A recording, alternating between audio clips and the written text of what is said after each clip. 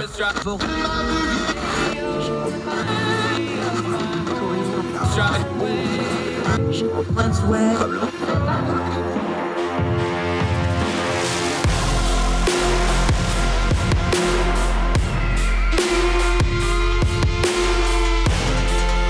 host, Andrew Donaldson. This is Heard Tell.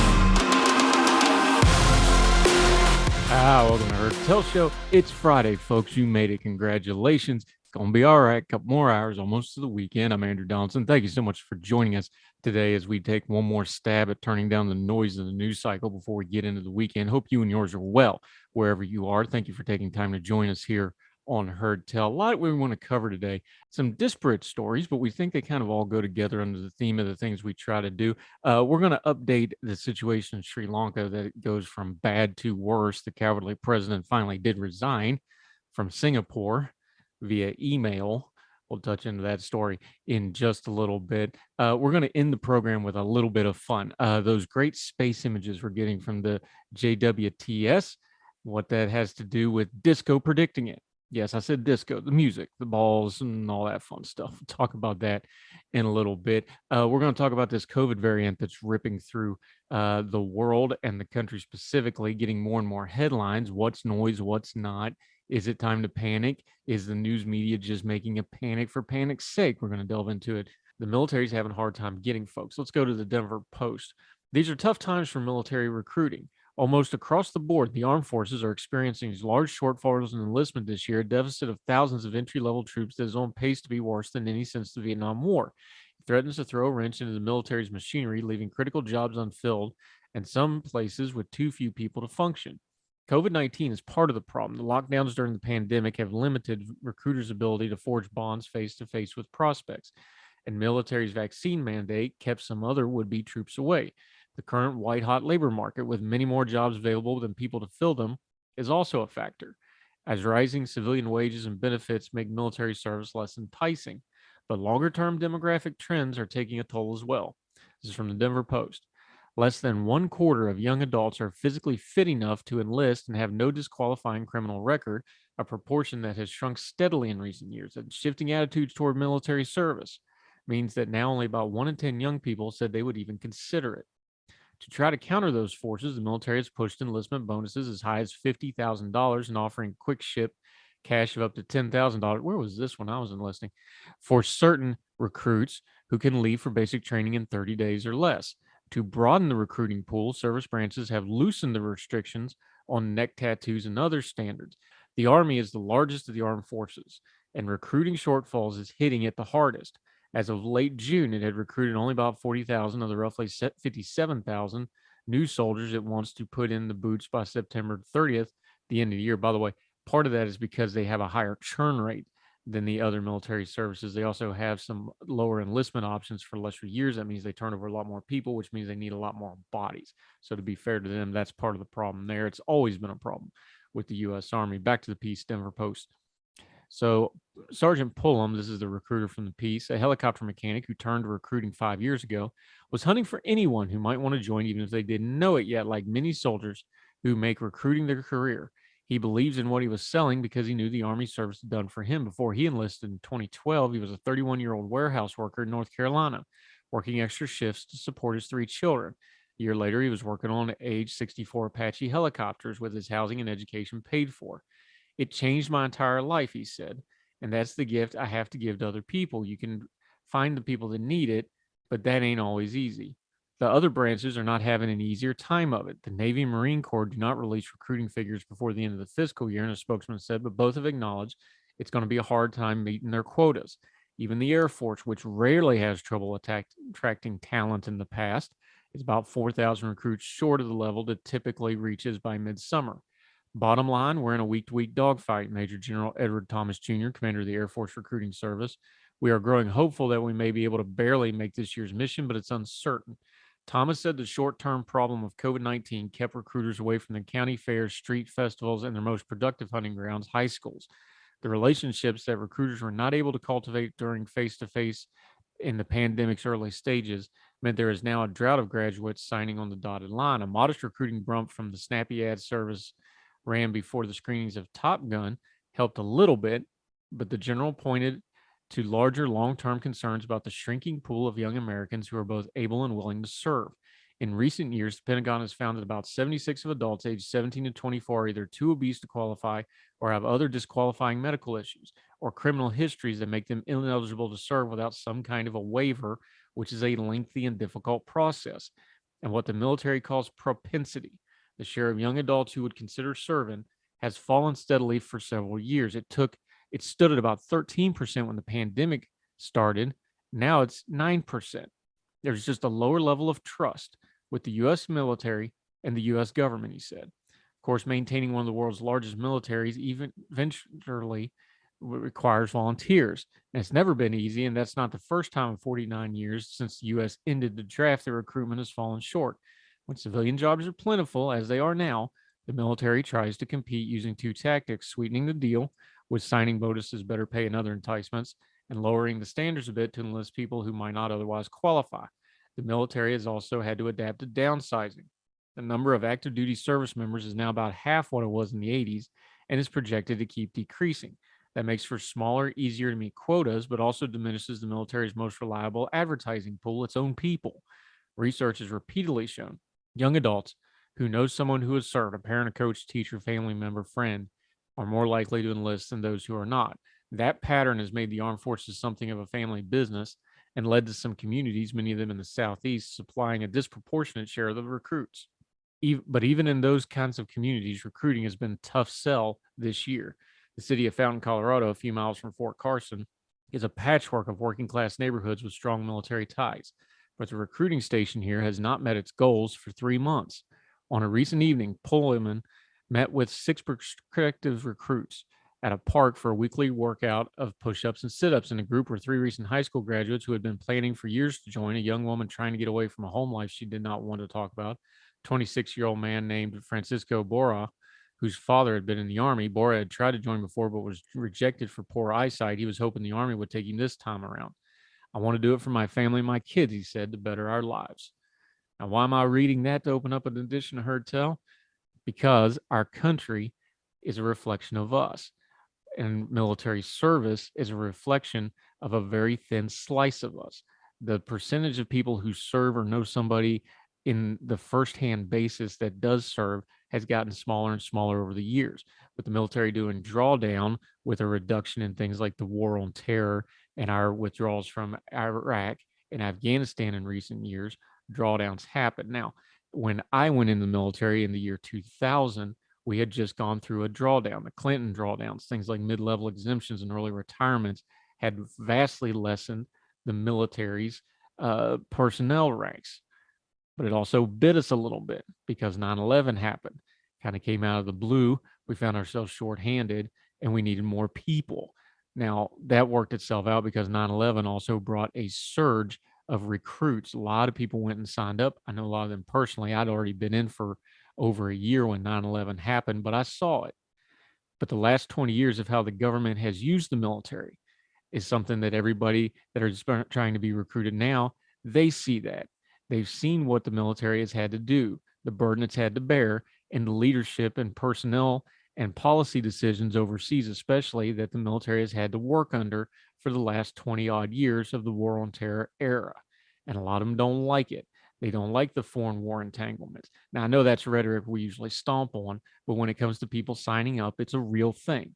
People have to trust their government and they have to trust that the military is a good thing. And those numbers keep dropping because belief and faith in our government keeps dropping. If you take it in a vacuum, you can look at polling data where people still trust the military far more than any other institution of government. The problem is we're now in an information age, and people understand that the military, good and noble as it may be for most folks, they understand now that it's completely beholden to the civilian leadership, our president and our Congress, and they don't like what they've been seeing. Yes, the economy has a lot to do with it, but a lot, I think, has to do with it. They don't like how they're being used, and increasingly, they see the government as handling the military like they handle a lot of things, like education, like law enforcement, like the pension and benefit system in our country that's been in a lot of trouble, and we talked about earlier this week is going to go insolvent if nothing's done. They don't like how it's managed. they don't like how it's welded, and they don't trust the government to use it effectively. And when you're signing on the dotted line with a cashable check up to and including your life, which is what you're asking recruits to do, they don't like it. They see the disconnect, and it's going to be a harder and harder sell. I think the military is a wonderful career path, and I'm biased here because I did that. I was working at Walmart unloading trucks, having already left college more than once and not really doing really well in life. Military changed my life and it gave me a lot of things.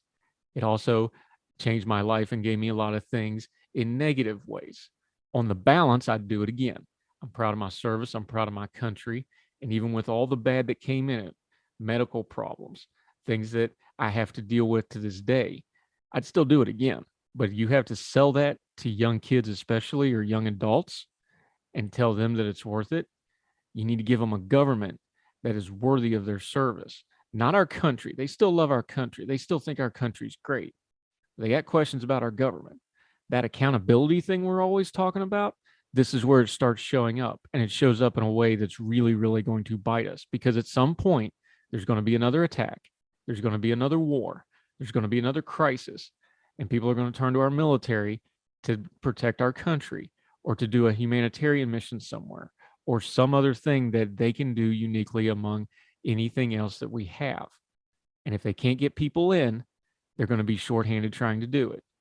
And it's our government's own fault for not being accountable and making it more attractive by saying, you can serve us honorably and we won't betray that. Because a lot of the evidence, especially over the last 20 years, says otherwise. More Hertel right after this.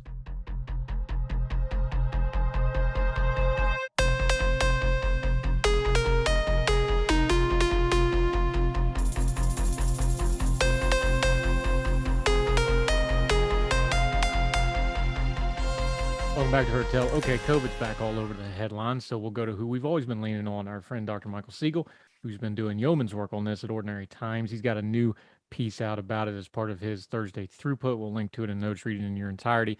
I'll just read it verbatim. It seems like everyone and their dog has come down with the case of COVID the last few weeks, while the official number only shows minor increases. The massive increase in in-home testing means most cases are now going unreported. The CDC now estimates that for every reported case, we have 7 unreported cases. For comparison, during the height of the pandemic, it was 1 in 3. Hospitalizations have begun to tick up, hitting levels we hadn't seen in 6 months. Deaths are so far mercifully flat, although still at a rate that will take 100,000 lives over the course of a year. So what's going on here? The culprit is a BA5 variant. This new variant now comprises the majority of new cases. It has 3 mutations to spike protein, which not only makes it far more infection, it's approaching measles levels of infectiousness, but able to avoid antibodies, whether obtained from vaccination or naturally.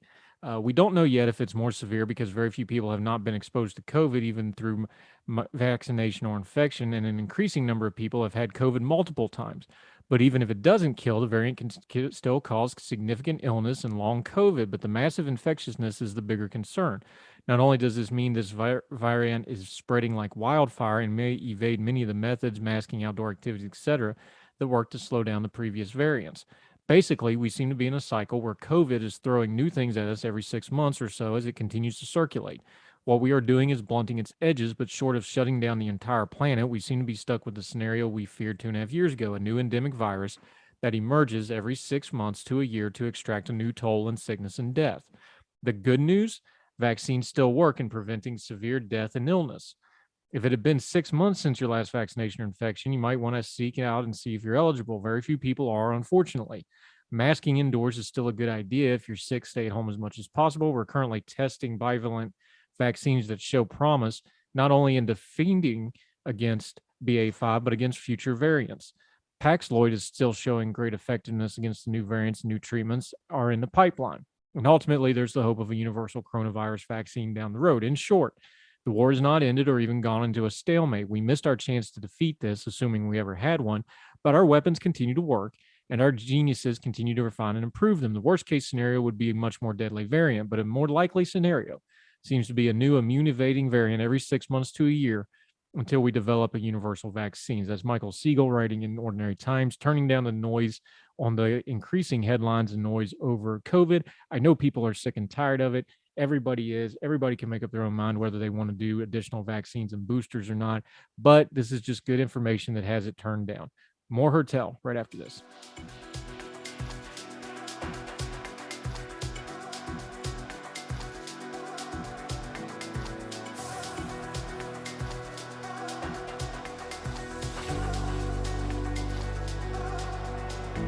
Welcome back to Hertel. Okay, another returning guest, another of our Young Voices contributors. He's been here before, excited to have him back. I always like when I get a transport guy to talk to. We're going to be talking energy and environment more today. He's with the Show Me Institute out there in St. Louis. That's Missouri for those of you from Logan. They call that the Show Me State out there. Jakob Puckett, welcome back to the program, sir. Great to be with you, Andrew. Thanks for having me back. How's things in energy land? Nice and calm, no headline news making, nothing real serious going on. Why are we on this topic anyway? Well, quite simply, the Biden administration is reaching for an energy policy lever that they should not be pulling. So they have their clean energy goals, and those goals or progress towards those goals is moving frustratingly slow, which it's understandable. Other than inflation, what isn't frustratingly slow these days? But what they did to work around that is they turned to the Defense Production Act to speed up the process. Now, the Defense Production Act is a wartime measure to boost supplies critical to national security. It is not a genie that grants you policy wishes, which unfortunately, that is how the Biden administration is trying to use it. And ironically, the administration itself is hampering the production of the very things that they're frustrated are not being produced. So it's all backwards how they're approaching this. Now, let's zoom out big picture, and then we'll come back into this a little bit because we always like to do context here. We want to turn down the noise on this sort of thing. There's a very old joke in politics, and there's a lot of truth to it, like a lot of jokes, that Democrat politicians, especially Democratic presidents and policymakers in Congress, their environmental policies only go as far as the nearest swing voter. Now, it's a little facetious, but there's some truth to that because part of what the president's fighting up against here is he has a very loud, very progressive wing of his party. He himself has moved more progressive as he's aged. He's always kind of been on the edge of the middle of the Democratic Party. So he's more progressive now than he was during the Obama years for sure. So he has all that going on behind him, but in front of him, he has economic headwinds. In front of him, he has a worldwide energy crisis. We have the war in Ukraine that's messing up energy and food production. There's a lot of this that's outside of his control, but that old adage I brought up, that's why this stuff gets sticky in a hurry, right? Because people don't really care about energy policy until gas prices go up or electricity bills go up or we have a blackout or taxes raise or something. This is the political reality. Even though we talk about this in a policy world, you can't separate them, can you? Right. And energy policy is one thing. Energy policy results are what people feel the most. And that's a very good point you bring up. Biden trying to essentially have his foot on both sides of his party, trying to reach the swing voter who's pretty upset and frustrated by gasoline prices, while also not trying to essentially cross the climate lobby on that side of the aisle. And you can see this tightrope walking that he's trying to do. On the one hand, he's trying to say that he's doing everything he can to increase oil production to bring down gas prices. On the other hand, his EPA is now considering further regulating the Permian Basin in Texas and New Mexico, which is the most productive and lowest cost oil field in the US, which would only decrease US oil production even further. So he's talking out of both sides of his mouth. We had this thing about a month ago now, Jakob Puckett joining us, where he wrote the open letter to the oil executives about the refineries. Now, to be fair here, the problems with refineries have been going on for decades. We haven't really built a brand new refinery since the late 70s, I believe. We keep rebuilding them, remaking them, things like this. There's institutionally built-in problems with our energy production. I know we talk about drilling and opening for. There's more to it than just that because the refinery process is broken. The transportation process is broken.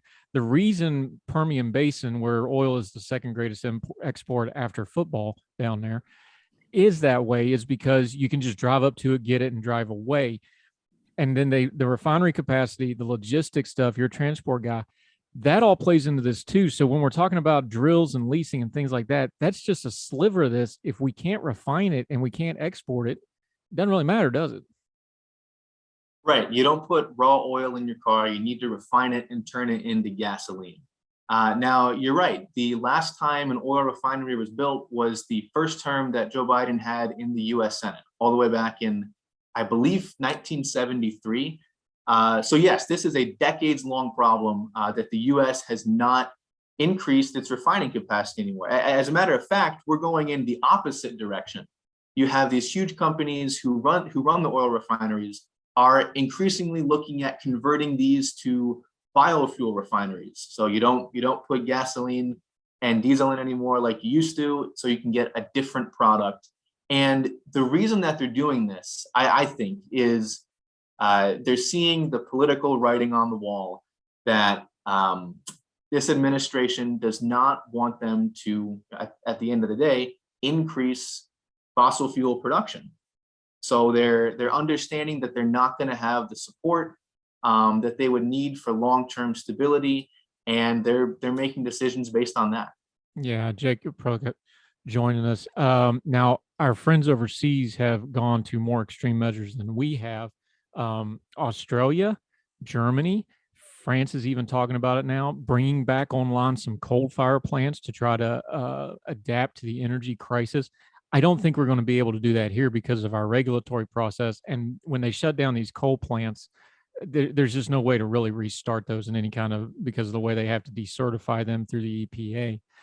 We don't have that lever. Is that why he's going towards executive action? We understand the mess in Congress in this election year, and we're probably going to have a split Congress for the rest of his term.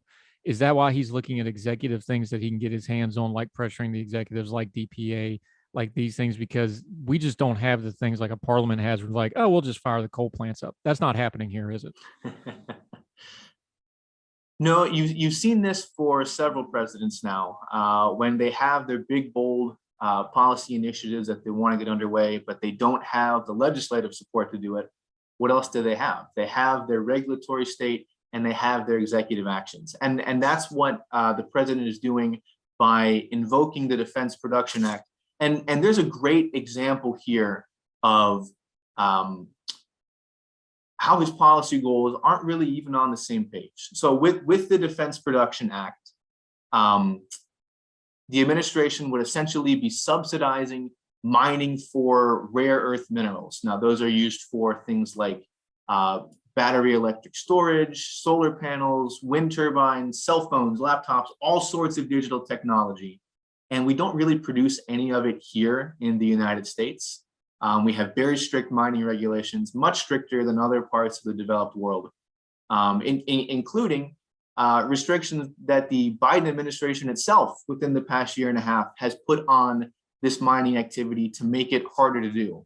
Now, when he wants more of it, I don't know why he thinks he can just snap his fingers and subsidize it, lift it up with one hand, push it down with the other. No, you need to get everything on the same page. Essentially, cutting red tape here is going to go a lot further than cutting checks. Yeah, and this is a reason to open the market, not keep subsidizing. Yeah, now to be fair here, Trump tried this too. He was kicking around the idea. You touch on it in your piece. We're linking to it in the show notes. Make sure you read the entire piece. He was kicking around actually using DPA to subsidize and fire back up the coal plants. Now, that probably wasn't going to be a good idea. There's two problems there. One is you've got to deal with the executive overreach of it. Number two is you got to deal with as a good policy. So it's not just Biden, not to pick on him, but he's in the chair here. DPA, just for folks, let's make sure we got the nomenclature right. What was it actually designed to do, and what is it turned into? Because we've seen it now we saw it during COVID, which was probably an appropriate usage of it. We saw it with the baby formula stuff, which was probably not. And then we see it again raising with this, which definitely isn't. So just break it down for folks. What was DPA designed to be, and why is it a bad idea for most of the instances that we're seeing it used now? The Defense Production Act, at its heart, is a wartime measure meant to boost supplies critical to national security. It was passed back in the Korean War, I believe. And its whole purpose is to mobilize things at a very quick pace that the government might need in times of a war. Now, last I checked, we're not in a war. and especially not with the things that, and you're right, not just Biden, but also Trump have been trying to use this for. And that's a great point you brought up with the Trump administration considering using the DPA to bail out coal plants. It just shows you how fickle DPA usage is. It lurches from one administration to the next, and it's the opposite of the stability that you get from sound legislation and sound regulatory decision making that the industries in question need that to thrive. Yeah, Jakob Puckett joining us. All right, we're going to take a quick break. When we come back, we're going to continue to talk about these issues. We're going to get a little bit more into the regulatory state because I think a lot of folks still don't fully understand how powerful that is. And the power isn't just the power, it's the inertia of it. It just kind of lurches forward.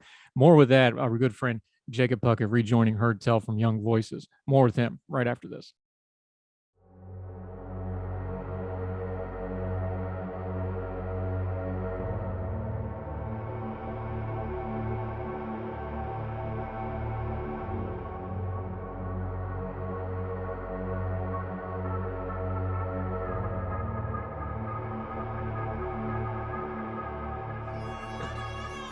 Welcome back, our friend Jakob Puckett. I was just telling him I'm trying real hard not to call him Chuck Puckett for those of you from Fayette County.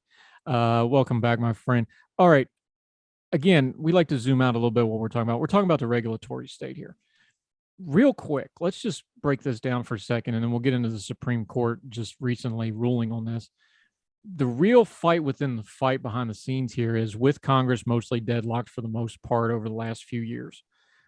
The regulatory state continues to grow and continues to test its powers, and then the judicial has to step in.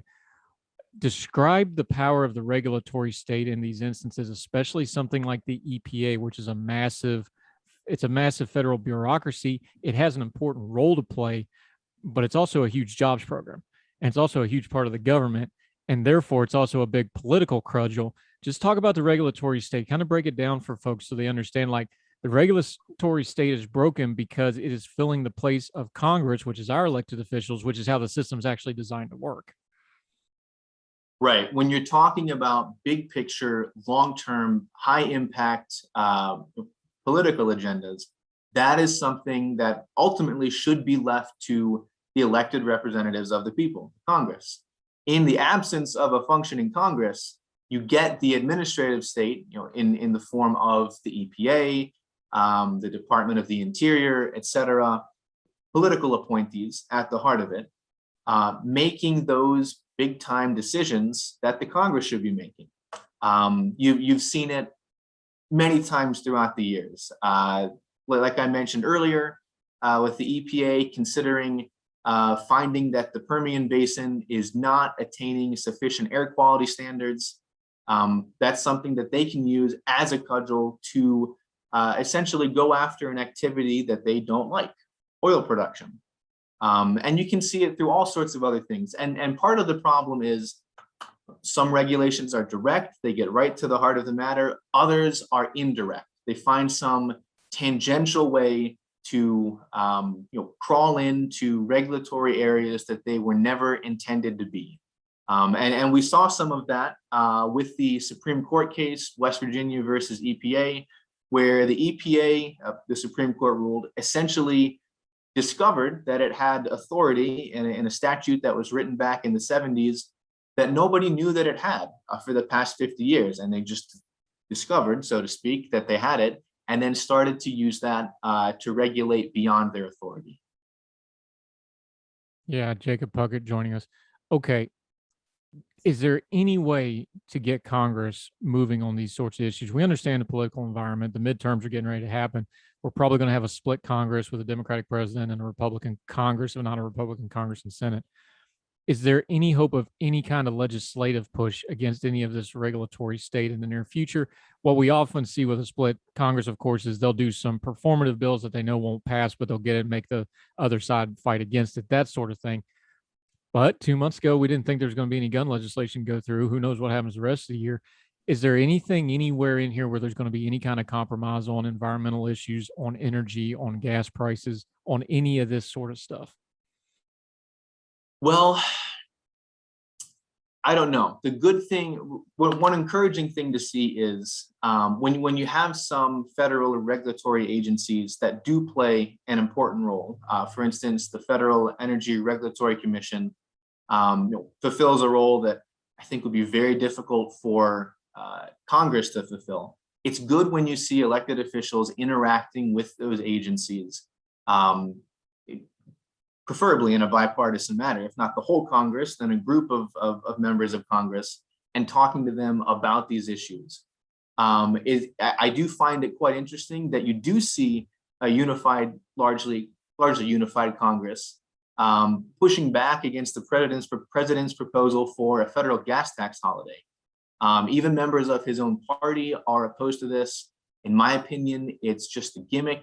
I don't know if that would actually have any real effect on passing lower fuel prices on to customers. But that is one instance where you're seeing unified bipartisan support pushing back against the bad energy policy idea. Okay, so when we have a complex issue like energy, like environmental concerns, by and large, I tend to lean towards you need more of an all of the above than a pet project solution. Mm-hmm. We're seeing some movement on some interesting things right now. There's all of a sudden a renewed interest in nuclear power. We're seeing some states actually change their regulations towards nuclear. We're seeing some actual serious investment in nuclear, which the thing with nuclear is it's cheaper to produce energy, but the overhead to start it up is way, way high, not to mention the regulatory thing. So we're seeing that. We know the debate going on in California about Diablo Canyon. Do you see a real movement, or is this just kind of a blip that maybe people are going back and re-examining things like nuclear in a climate sense of like, well, hey, we're waiting on all this new technology. We have this old technology that we can spin in new ways.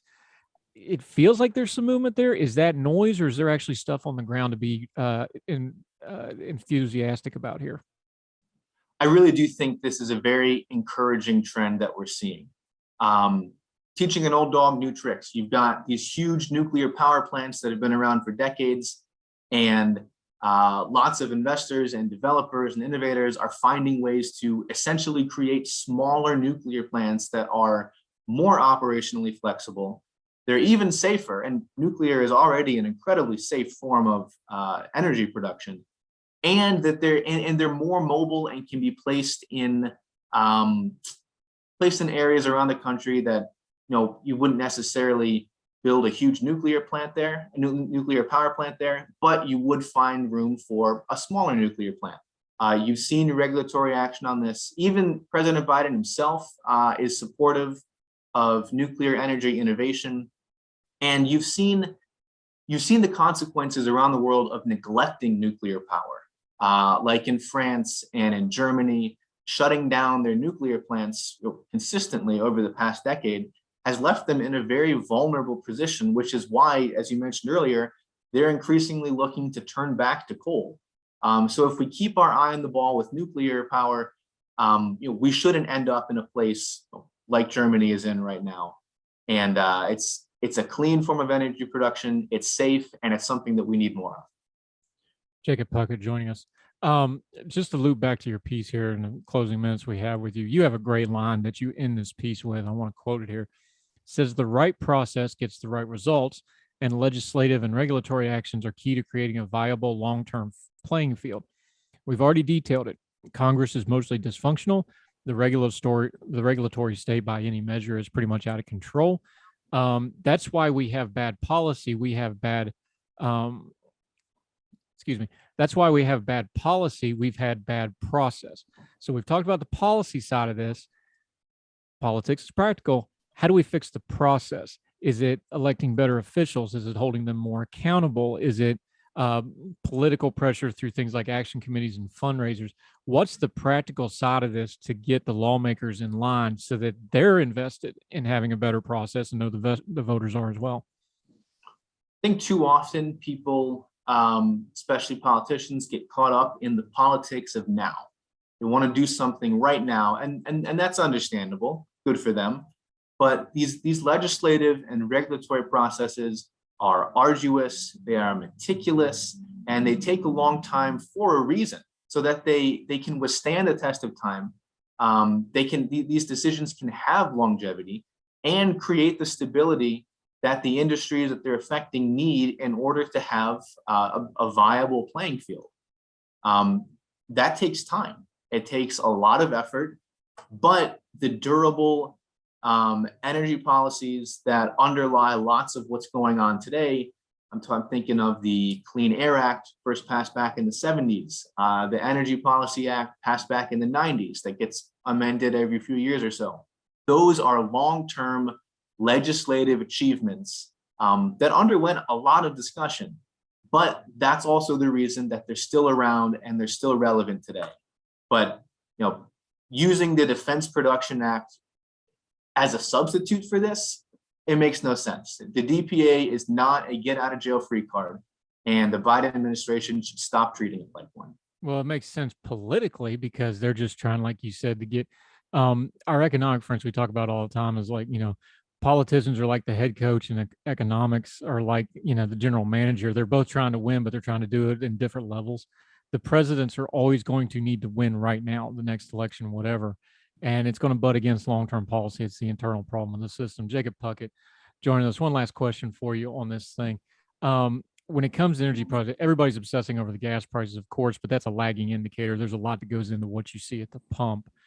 What's the next energy crisis? Because people are talking about it. Is it the water stuff out west and the electricity out west and what's going on in there?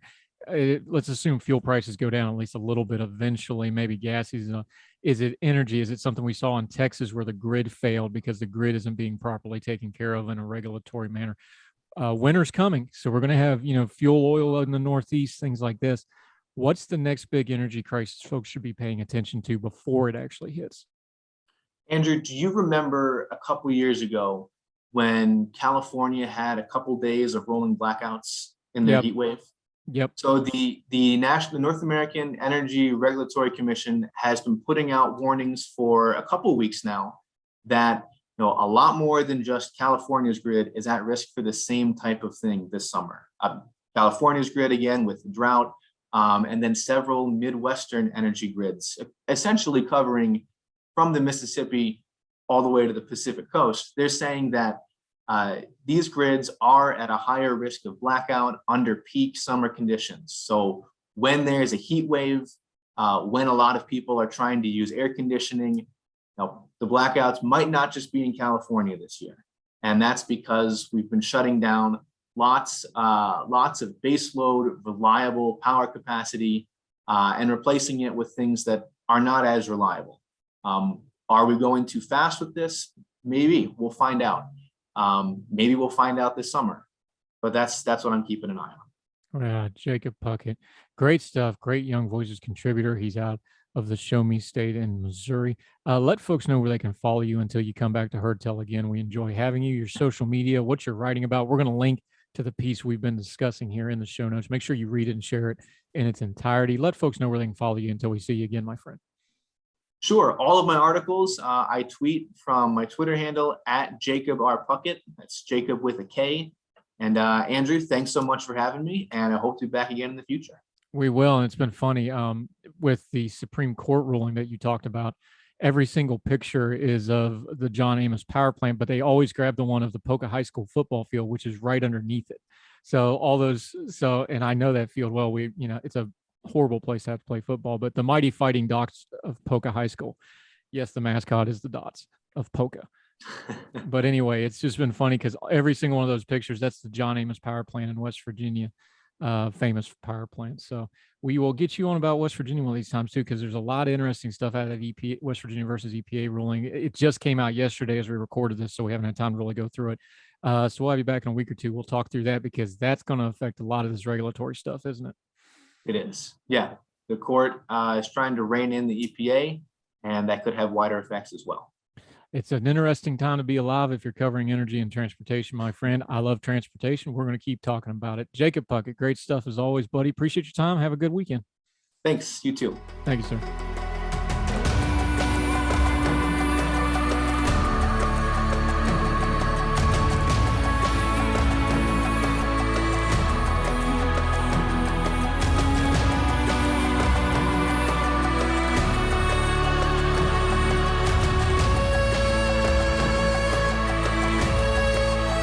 Back to Hertel. Update to our continuing coverage of the mess in Sri Lanka. We talked about a couple of days ago the president and some other people trying to get out of the country and getting blocked. Well, he managed to get out of the country. He also lied. He didn't resign when he left the country. It took a couple of days. This is from France24.com. Sri Lankan president submitted his resignation on Thursday, shortly after reaching Singapore. The parliamentary speaker's office said days after the head of state fled protests triggered by his country's worst ever economic crisis. Gotabaya Rajapaksa, still not sure if I'm pronouncing that right, but I really don't care because this despicable human being doesn't deserve being properly pronounced, resigned by email, coward, the speaker's spokesman said hours after he landed in the city-state. Let's take a break here for just a second. The reason he's doing this is because presidential powers that they engineered with their nepotism reign of the regime basically made him immune to anything. So he wanted to get out of the country before he resigned, because if he resigned, he loses his immunity.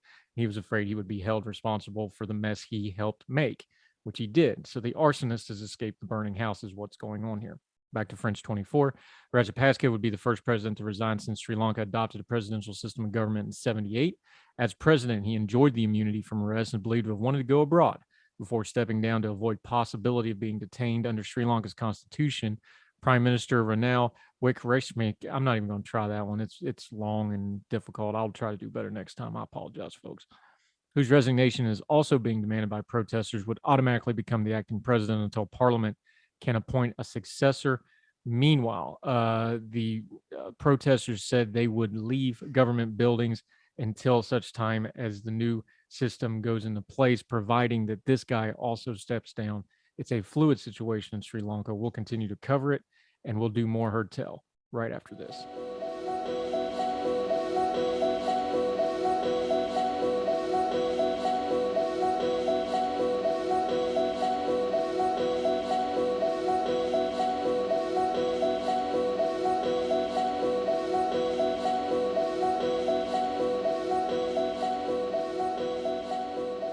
Welcome back to Heard Tell. Okay, it's Friday. Let's have a little bit of fun. Everybody's been talking about these images from the James Webb Space Telescope, and they are amazing. Our friend Dr. Michael Siegel, who knows the ins and outs of this thing, have been talking about it for a long time. It's here, like he said, they've been waiting 20, 25 years for this thing, and they are remarkable images.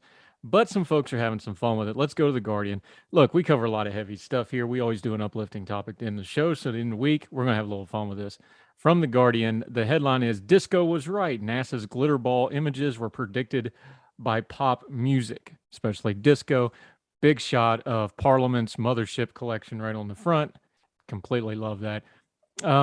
What did you see when NASA unveiled the first images from The Guardian? Did your answer may hinge as much on your grasp of astrophysics as on your record collection? The NASA administrator, Bill Nelson, a former senator and ex-astronaut, was agog at, quote, the deepest and sharpest infrared images of the distant universe so far, for example, but music fans were more interested in comparing the images to dream pop, funk, and disco album covers from the Cocteau Twins. I'm actually not sure how to say that because I never heard of them. Parliament, which I've definitely heard of, love Parliament, and Saturday Night Fever soundtracks is aesthetically apt, if astrophysically inexact, response to these new insights from the heavens. The Los Angeles Times reporter Corinne Pertil and Sumit Kulakari were equally turned on by the cosmic connections when they were described the arcing twistings in the telescope's initial images as galaxies swirling around a central point like the light thrown off of a disco ball. So is the entire universe just an aesthetic derivative rehash of 70s disco futurism? If only. While the scientifically inclined might view these images as startling new renderings of light from aeons ago, and that's what Michael keeps telling us because he actually knows how this stuff works. He says what we're actually doing is looking back in time because of the time it takes the light to get to us. Those with a closer eye on the clubs and used record tracks than on the night skies may look down on the other end of the telescope and feel we've been here before. Watch Interstellar 5555, Daft Punk's anime rendering of their 2001 album Discovery. Peep vintage disco videos such as Space by Magic Fly, or stream archival Italian DJ mixes, and the visual link between the outer limits that the James Webb surveys and the inner space of the disco dance floor become apparent. There's some videos attached to this. We'll have it linked in the show notes. Music has long been obsessive with the extraterrestrial, with Haydn's astronomical opera Il Mode della Luna and Gustav Holst's The Planets, which is excellent. It's one of the best. You want as close as classical music ever gets to metal. That it's just awesome. Ziggy Stardust, which is of course David Bowie, and The Dark Side of the Moon, which is of course Pink Floyd. But it was the futuristic disco pioneers of the 70s who began sharpening and embellishing the images we were seeing from space, adding more sparkle to the stars and a bright spectrum of colors to the cosmos. Now, the stunning funkadelic images from James Webb suggest that they were right to do so. Space really is that groovy. Or as legendary Afrofuturist jazz hero Sun Ra proclaimed, space is the place. Nevertheless, the cosmic entanglements of disco and space runs deeper than sleeve art. Dave Mancuso, creator of the Loft nightclub in New York, is the DJ widely credited with laying the foundations of disco. His sets favored spacey records such as Dexter Wansell's Life on Mars and Lonnie Liston Smith's Space Princess. Larry Levain, resident DJ at Paradise Garage, who kept disco alive in the 80s, chose an equally extraterrestrial playlist with tunes like Galaxy by War, Edna Holt's Sirius's Space Party. However, the person truly launched disco into deep space has to be Italian DJ Daniele Baldelli, who in 79 was hired by a club called Cosmic in Laziz, a resort town on the shores of Lake Garda in northeast Italy. There, he combined conventional soul and funk with European techno pop, imported African and Brazilian sounds, as well as snatches of German's cosmic music, krautrock, we call it in English, by bands such as Tangerine Dream and Azra Temple. Baldelli and fellow cosmic DJs were hugely popular. These singles, prized by collectors, reached a new audience in the late 90s and early 2000s thanks to reissues. Responding to the web pictures, NASA's media team, perhaps more alive to the place of candy-colored space gas and nascent stars within our cultural universe, reminded us all of the shimmering wall of interstellar matter in the Carina Nebula. By the way, it looks like the Burt Reynolds photo from the 70s. We need to rename that thing the Burt Reynolds Nebula. Just go look up Burt Reynolds laying on the bear rug. You'll see exactly what I'm talking about. Don't let the kids see that picture. Remind us all that the shimmering walls of interstellar matter in the Carina Nebula is known colloquially as the Cosmic Cliffs, a title that sounds like an 80s Italian disco deep cut by Cano. Now, 40 years after Disco Demolition Night sought to put an end to the genre, disco's cosmic vitality seems as undying as the Webb's telescopic starlight. By 1977, at disco's apex, NASA launched its deep space probes Voyager 1 and Voyager 2, each fitted with specifically commissioned gold-plated copper 12-inch record, etched with recordings from Earth, as well as universally comprehensible playback instructions for whichever alien crate digger first came across it.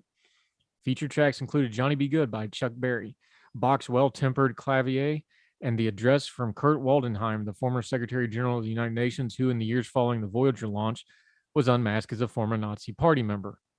Whoops. Come on, NASA. Now, that's not very cosmic. When you next approach the record lathe with a view towards wanging the finished disco deep into the universe, maybe you should pick something just a little more disco. I don't know. This day and age, we'd probably send, I don't know, maybe Lady Gaga or something, which would be just fine. Bad Romance slaps, especially when you play it as a metal song. That'll do it for Heard Tell. A little fun to end a very tough week of hard news, loud news, things we turned down. Love to hear from you. Let us know how we did. HeardTellShow@gmail.com. Heard Tell Show on the Twitter. Look for Twice on Sunday. That's our radio specific program with our radio partner, BigTalker.live. That's a recap of the week that was. We got a bunch of best of and special editions that have been added to all the platforms, iTunes, Spotify, YouTube. Look for all them. And of course, we'll be back Monday with more Heard Tell. So until then, wherever you and yours are, across the street, around the world, we hope you're well. We hope you're well fed. Have a great weekend, and we'll see you again next time for more Heard Tell. All the music on Heard Tell is provided under a Creative Content license from monstercat.com. Somos la mente.